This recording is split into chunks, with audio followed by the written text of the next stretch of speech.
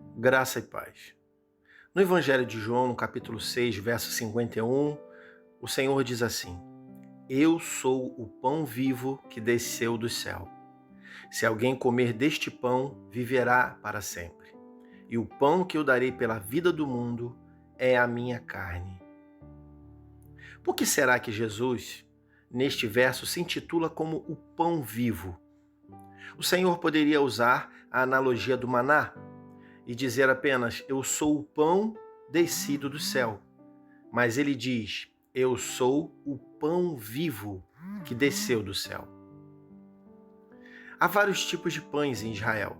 Nós temos um pão chamado halá, que é uma espécie de rosca trançada, muito utilizado no Shabat e em comemorações judaicas.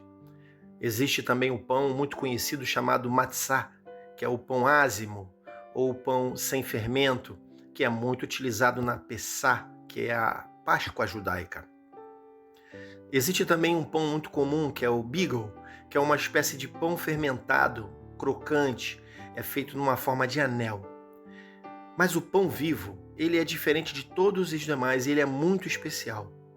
Isso porque ele é feito com grãos germinados.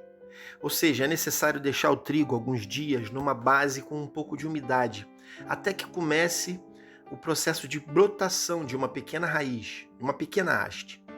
Quando isso acontece, o trigo, quando ele está assim, na força não mais de um grão, mas na força de uma planta, aqueles grãos são então separados e moídos com um pouco de azeite e depois secos no sol ou no fogo.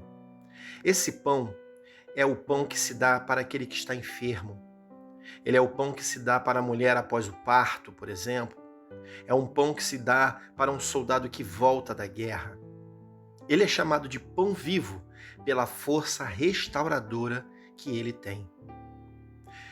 Veja, Jesus não diz que é apenas o pão que desceu do céu, mas ele diz que é o pão vivo que desceu do céu.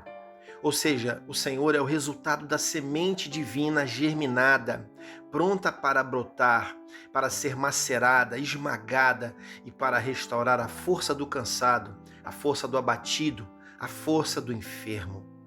Ele é o pão que tem a força da vida. Ele é o pão que equivale a uma plantação inteira de trigo. É isso a que o Senhor se compara. Que possamos exaltar o nosso Deus, o nosso Jesus maravilhoso, o Filho amado de Deus, o nosso Senhor e o nosso Salvador, o pão vivo que o Senhor Deus nos ofertou dos altos céus.